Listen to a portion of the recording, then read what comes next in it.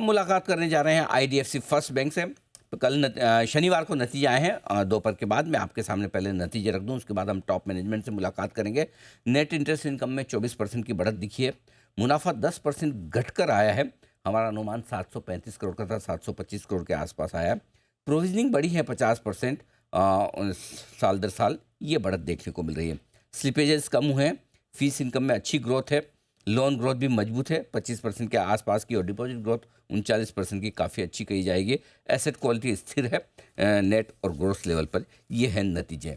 आइए, हमारे साथ दो खास मेहमान कार्यक्रम में हो रहे हैं शामिल। वी वैद्यनाथन साहब एमडी और सीईओ हैं बैंक के, और सुधांशु जैन साहब सीएफओ हैं बैंक के। आप दोनों का बहुत बहुत स्वागत है। वैद्यनाथन साहब, बहुत बहुत स्वागत आपका। Good morning sir. बताएं सर, ये क्वार्टर किस तरह का रहा है, इस तिमाही की खास बातें। मेन थिंग इज, मैंने हेडलाइंस देखी हैं कि दैट जैसे आपने भी कहा कि profit for the quarter down 10%। जी। उसमें आपको एक इंपॉर्टेंट करेक्शन कर दूं। वाइल रिपोर्टिंग ऐसी हुई है, एक्चुअली जो लास्ट ईयर के जो हमारे Q4 के रिजल्ट्स थे, उसमें द उसमें जो ट्रेजरी या वन टाइम इनकम बहुत ज्यादा था, और देयरफॉर नेट प्रॉफिट उस टाइम का करीब 700 करोड़ का था। और ये हमने उस समय भी स्पेसिफिकली कॉल आउट किया था, उस समय भी कॉल आउट। तो उसके हिसाब से देखा जाए तो 723 से growth over 700 crore. Plus if you take the year on year growth, जो साल पर साल 24 ओवर 23, उसमें there is the profit after tax has grown from 2450 crore to 2950 crore. That is a growth of 22%। उसमें भी अगर आप देखें without the treasury income, core जिसको बोलते हैं core NII based profit, core income जो है that is grown bye 28%, from 2,100 crore to 2,800 crore. That's 28%. तो मैं कहना चाहूंगा कि पहले ये I want to set the platform right, ताकि ये the correct picture comes out. दूसरी तो बात, फ्रैंकली बैंक के एसेट क्वालिटी बहुत ही स्ट्रांग है। अभी भी रिटेल एनपीए जो है it is running at 1.38% and net NPA is running at 0.4%। तो एसेट क्वालिटी बहुत अच्छी है। एंड डिपॉजिट ग्रोथ बहुत स्ट्रांग आ रहे हैं, 40% आ रहे हैं। तो हमारे हिसाब से ये फंडामेंटल्स होते हैं। अगर फंडामेंटल्स अच्छे हों तो 25, 26, 27 सब मुझे लगता है कि काफी अच्छा है। डेफिनेटली। तो बिल्कुल ध्यान रहे, अगर आप मुनाफे को कंपेयर कर रहे हैं साल दर साल, तो ये ध्यान रहे पिछले साल में कुछ एडजस्टमेंट्स हैं, वन टाइम इनकम थी जिसकी वजह से मुनाफा ज़्यादा था। मुनाफा साल दर साल उसे हटाकर देखेंगे तो आपको मजबूत नजर आएगा। सुधांशु जी, प्रोविजनिंग पर आपसे राय लेना चाहता हूँ। इस बार प्रोविजन लगभग 50% बढ़कर आए हैं, जबकि अनुमान ये था कि शायद प्रोविजनिंग फ्लैट रहेगी। क्या वजह है कि प्रोविजनिंग बढ़ानी पड़ी sir? Good morning first of all morning Anil sir. जी, सारे दर्शकों गुड मॉर्निंग। प्रोविजनिंग मैं बोलूंगा इस साल की अगर आप देखें, जो हम बोलते हैं हम एक पैरामीटर मॉनिटर करते हैं, credit cost to average funded assets, वो पूरे साल की 1.32% आई है। हमने साल में क्वार्टर में थोड़ा सा इसका नॉर्मलाइजेशन देखा है। Q3 में थोड़ा नॉर्मलाइजेशन हुआ था, Q4 में भी थोड़ा नॉर्मलाइजेशन हुआ है। सो अगर आप Q3 को Q4 देखें, मोर अराउंड 1.45% है। हमारी रिकवरीज रिटर्न ऑफ अकाउंट से आ रही थी पहले, ये लार्जली कोविड इम्पैक्टेड पोर्टफोलियो था। यहाँ पे रिकवरीज थोड़ी क्वार्टर ऑन क्वार्टर नॉर्मलाइज हो रही है, इसलिए बट ये 1.45% भी मैं जो बता रहा हूँ, हमारी गाइडेंस से काफी लो है। हम इनफैक्ट नेक्स्ट ईयर बोल रहे हैं ये 1.45% थोड़ी और नॉर्मलाइज हो सकती है, बट भी हमारी क्रेडिट कॉस्ट 1.6 to 1.65% आनी चाहिए। सो मिस्टर वैद्यनाथन जी ने कहा कि हमारी एसेट क्वालिटी इंप्रूव हो रही है। अगर आप हमारे एसएमए नंबर्स देखें, जो कि प्री एनपीए स्टेज के नंबर्स हैं, वो भी काफी स्टेबल रहे हैं एट 0.85%। सो एसेट क्वालिटी काफी स्टेबल है, मैं ये कहना चाहूंगा। एक ये वर्ड नॉर्मलाइजेशन सुधांशु ने यूज किया, सो समटाइम्स लोगों को समझ में नहीं आएगा, तो एक जी बार फिर साफ समझा दें उसको। जी जी। नॉर्मलाइजेशन मतलब कि जो जब तक कोविड का पोर्टफोलियो जो हमने प्रोविजंस किए थे, उसकी रिकवरी आ रही थी लास्ट ईयर तक। अभी वो पोर्टफोलियो खत्म हो चुका है। जो कोविड का पोर्टफोलियो, कोविड गया, रात गई बात गई, कोविड खत्म हो गया, उसकी जो रिकवरी आनी थी वो खत्म हो गया। तो अभी जो नॉर्मलाइज बोलते हैं, जो अभी क्रेडिट प्रोविजन आ रही है, नॉर्मल समझिए। और हर साल क्वार्टर बाय क्वार्टर इतना एक्सपेक्ट कीजिए आप इसको, और नॉर्मल है। क्योंकि जिस बैंक की पोर्टफोलियो में एनपीए इतना कम है, एसएमए जो बोलते हैं प्री एनपीए पोर्टफोलियो, वो भी उसको भी मैं एक्सपैंड कर दूंगा आपके दर्शकों के लिए। इसको बोलते हैं स्पेशल मेंशन अकाउंट, मतलब जो एनपीए के पहले का स्टेज जो होता है, जो एनपीए बनता है, वो भी काफी कम है। तो नॉर्मलाइजेशन माने अभी नॉर्मल हो गया है। अभी we don't expect any deterioration from here. Okay. जहाँ एक और कई सारे बैंक्स को डिपॉजिट ग्रोथ लेने में काफ़ी मुश्किल आ रही है, वैद्यनाथन साहब आपकी डिपॉजिट ग्रोथ बहुत इंप्रेसिव है, लगभग 38%, 39% है। इतनी मजबूत डिपॉजिट ग्रोथ के पीछे वजह क्या है sir? The main thing is पता नहीं see the main thing is that the bank का एक ब्रांड बन गया है। ये मैंने लाइफ में एक्सपीरियंस किया है कि जब अननोन ब्रांड होता है कि नोन ब्रांड बनता है, एक ऑर्बिट शिफ्ट होता है।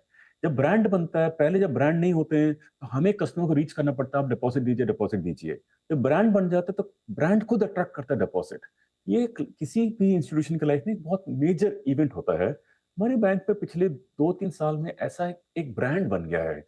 मे बी हमारे एक्टिविटीज हों या हमारे कंडक्ट हों या हमारे प्रोडक्ट्स कैसे हैं, और कस्टमर का एक्सपीरियंस जो जिन कस्टमर हमारे बैंक को एक्सपीरियंस किया है, वो हमारे बारे में, हमारे एक्सपीरियंस के बारे में बहुत अच्छा बोलते हैं। हमारे एम्प्लॉइज भी बैंक के बारे में अच्छा बोलते हैं। तो एक ब्रांड बन गया, उससे बहुत अट्रैक्शन हो रहा है।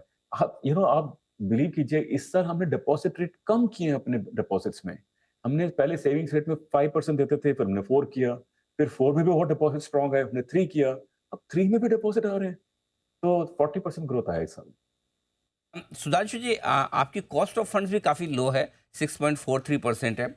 काफ़ी मतलब कम कॉस्ट पे आप फंड्स ले रहे हैं, लेकिन साथ में आपके मार्जिन्स इंप्रूव नहीं हुए, 6.35% रैंक। कुछ बैंक्स हैं जिनके रिजल्ट्स आए हैं जिन्होंने मार्जिनली थोड़े से मार्जिन्स इंप्रूव किए, तो कॉस्ट ऑफ फंड्स लो होने के बावजूद मार्जिन्स इंप्रूव क्यों नहीं हुए और क्या आगे हो सकते हैं सही?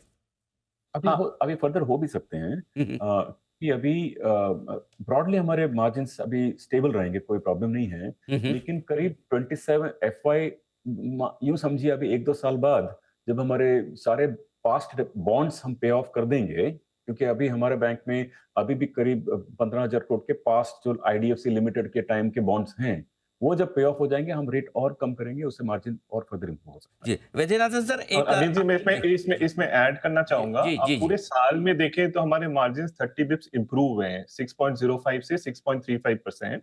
इस क्वार्टर में 7 बिप्स मार्जिन कम हुए हैं, बट उसमें भी अगर हम फर्दर डेटा पॉइंट में आपको बताऊं तो हमारी यील्ड और एडवांसेस इंप्रूव हुए हैं quarter on quarter. Cost of funds आपने जो कहा कि काफी स्टेबल रहे हैं एट 6.43%।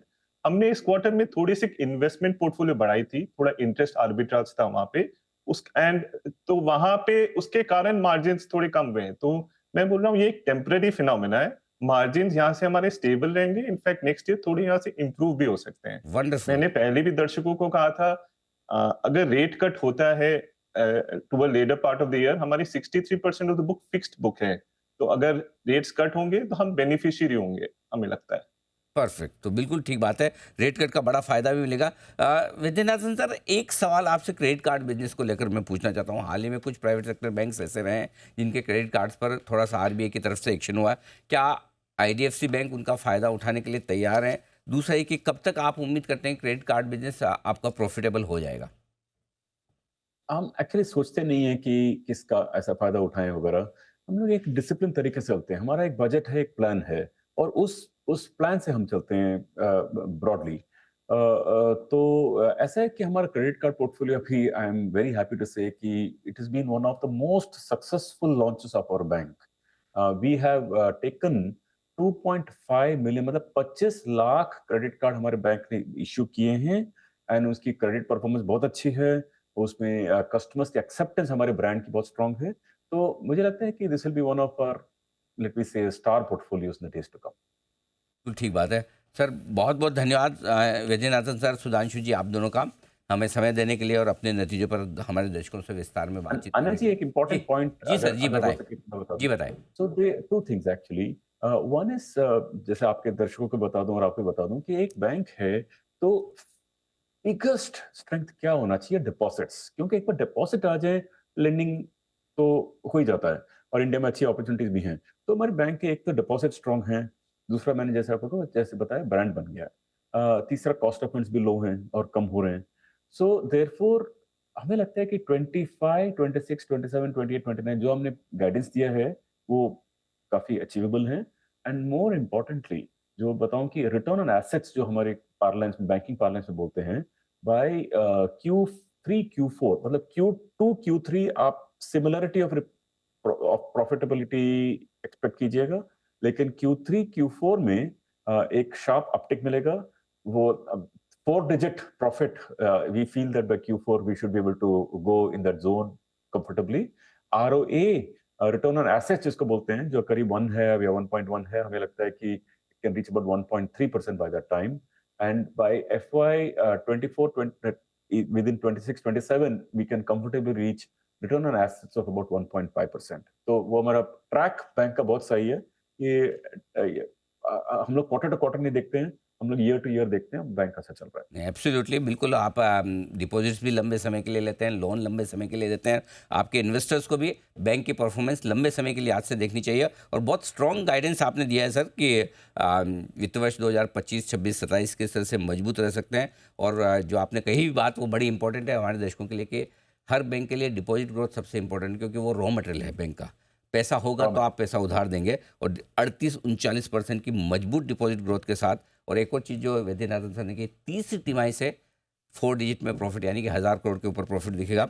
हमारी शुभकामनाएं सर आपको। फोर्थ तिमाही से, हाँ, फोर्थ क्वार्टर से।